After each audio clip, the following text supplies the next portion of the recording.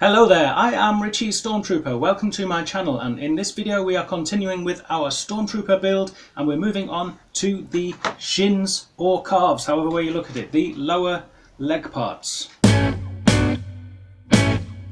Before we do get started, if you like this video, if you find it interesting or useful, please do give me a thumbs up and subscribe to the channel. I'm here with regular tutorials on costume building. At the moment we are producing a whole playlist of tutorials for a Stormtrooper costume.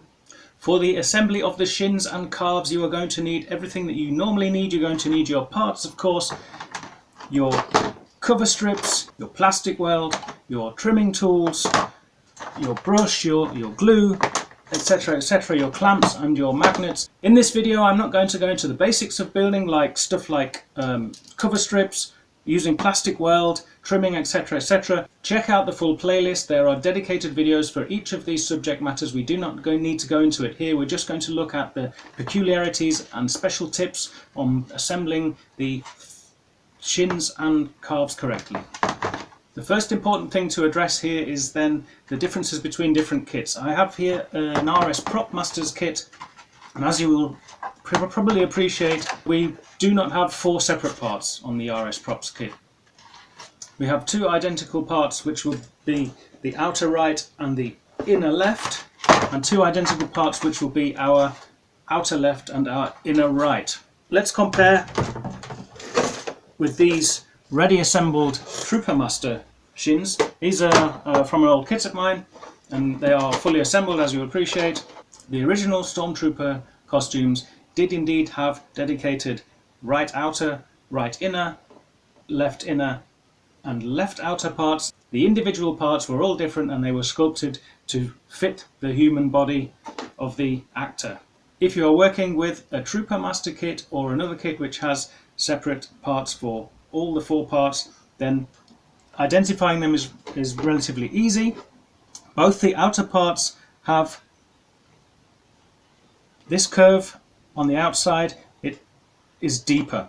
We have on here, I'll show you the right hand side. The outer part is lower, goes deeper than the inner part. Likewise on the left, the outer is slightly longer, so sits deeper, lower on the boot than the inner part.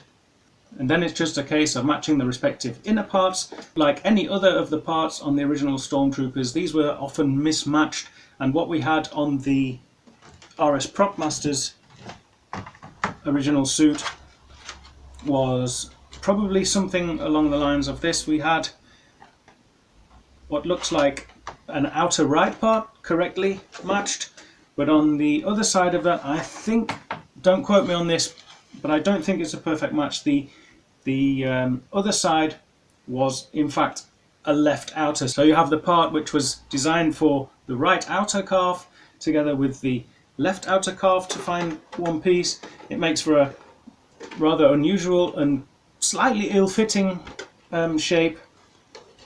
And likewise on the left leg it was pretty much the same. Please don't quote me on that, I'm not entirely certain, and it's not entirely important when it comes to assembling the RS Prop Masters kit, but if you do know the exact parts that were used on the RS Prop Masters original armour, please do comment below and let us all know. Rob of RS Prop Masters did say that they originally tried to sculpt their own shins so that they had a complete right assembly and a complete left assembly, and they've reverted back to using parts just cast from one side because it's more authentic. It matches the original look of their kit. Obviously they have 2 assemblies. They have a full calf or shin assembly for the left and for the right, but they seem to be made with the same parts. So what they did was they just started using, as you can see here, they slot perfectly into each other, identical parts for the left and for the right. We just have to match up one long part with one shorter part, and the others match automatically. That's all we have left. Here are some general tips then for trimming and assembly of the shins. I will not apologise for repeating myself. I remind you at this point yet again, like any other part, if you are looking to replicate an authentic Stormtrooper armour, look at original references, visit the forum, 1st Imperial Stormtrooper Detachment of the 501st Legion, sign up there. We have original references from the Lucas archives and original pictures of the RS Prop Masters kit. Everything that I have is there. One important tip when it comes to trimming the bottoms, the openings at the bottom, which will be around your ankle, this, just like on the forearms, certainly on the RS Prop Masters kit, there is 0 return edge, so we cut those off completely flat if you want that to be authentic. Just like the wrists of the forearms, 0 return edge. At the tops we have a similar story as with other parts. This is the sort of line you want, maybe something like 5mm of return edge. Rather follow the contours of your leg, the rounded contours of your leg. Sometimes the less neat, the more accurate. These were very much thrown together and rushed, so take as much time as you want or as little time, and don't worry if it's not completely neat. We are of course going to take the same approach for assembling these. We're going to start at the front. I still need to trim this down to receive my cover strip of around 20mm. You can vary that, you can go a little larger. I'm going with 20mm roughly on the front, and I have consciously cut some to 24-25mm for the back. Larger cover strips at the back will give you more option of fitting for wider calves or wider boot sizes later on. One little peculiar feature when it comes to trimming what will be the parts for our left outer and right inner, this line here is not straight, it flares at the top. That's characteristic of all the kits, that extra bit of material at the top, and I'm going to do that by placing my cover strip on there, clamp my cover strip on there, let it follow the line I've made at the bottom,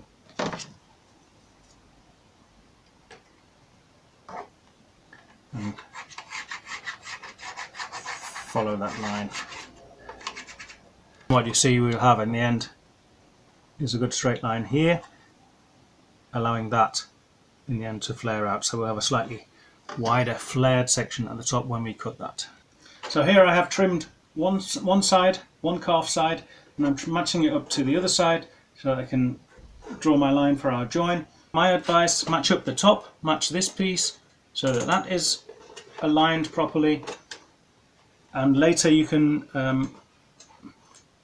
solve any problems of mismatched parts here by trimming afterwards, that's no problem.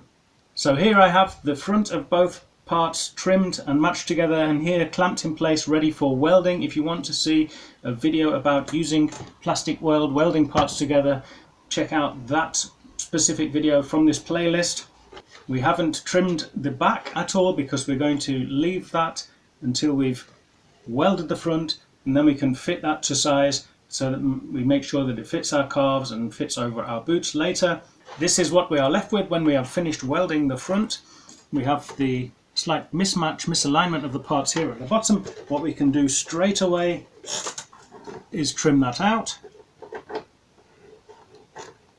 If we look at the RS Prop Masters original armour, we notice that although the parts are made of the same types of parts, the bottoms have been trimmed differently. So we have the right shin assembly with the longer curve here. This has been left longer, and on the left hand side it seems they've trimmed that shorter so that it fits better on the inside. It will have been the same type of part, the longer outer part, but it's on the inside and they've trimmed that shorter. So I'm going to try and replicate that. I'm going to leave this one, this is going to be my right hand part.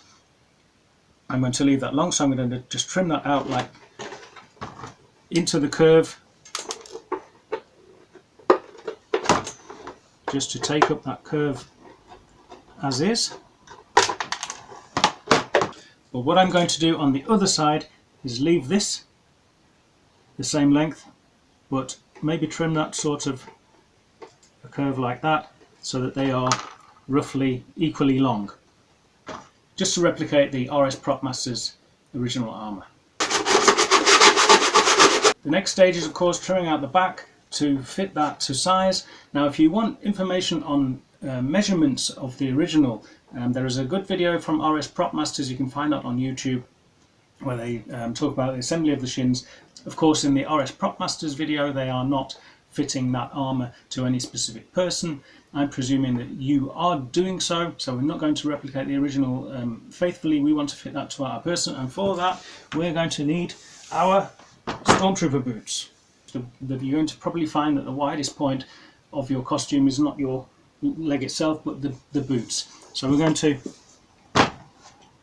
slip the armour over as we would wear them when it's finished, and then we can check where we can trim at the back.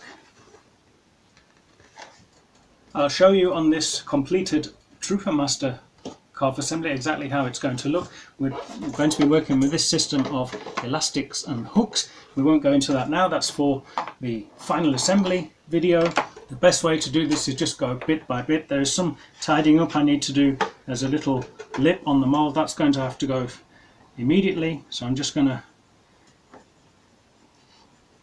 trim the excess, and to be honest, that's pretty much all that I do on that side. That gives me a reasonably vertical line and gives me something to play with on the other side.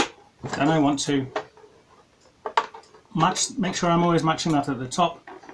We'll find we'll have some more trimming to do at the bottom. These don't match in length perfectly. Whilst fitting, I've actually looked at this line and seen that there's probably more material at the bottom. If I want that as vertical as possible without this extra wrap effect at the bottom, I'm probably going to want to take a slight bit of material out of there, and that's probably giving something a bit more vertical.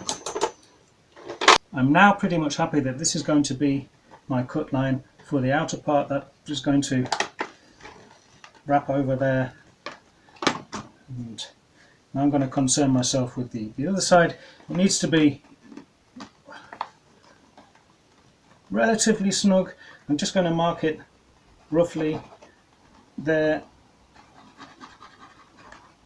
as a guide. I'm going to take that line and take it out a little bit more, and that's where we're going to leave it for today. I've trimmed out the back, ready for the next part of assembly. That's going to be applying the cover strips and also putting in these elastic fasteners with hooks. But we will leave that for another video when we come to do final assembly and lots of bits and bobs with the strapping kit later on. If you found this video interesting or useful, please do like and subscribe. Check out the full playlist. This, of course, is only one video in a series of tutorials. These tutorial videos on YouTube are shorter, more condensed versions, more YouTube-friendly versions of the tutorials. For each video there is a longer version, and I am working on putting together a full-length tutorial for the entire armour build. I will be making that available in the near future, so please do subscribe and keep tuned for details of that if you're interested in that. I'll be back soon with another tutorial. Until then, take care.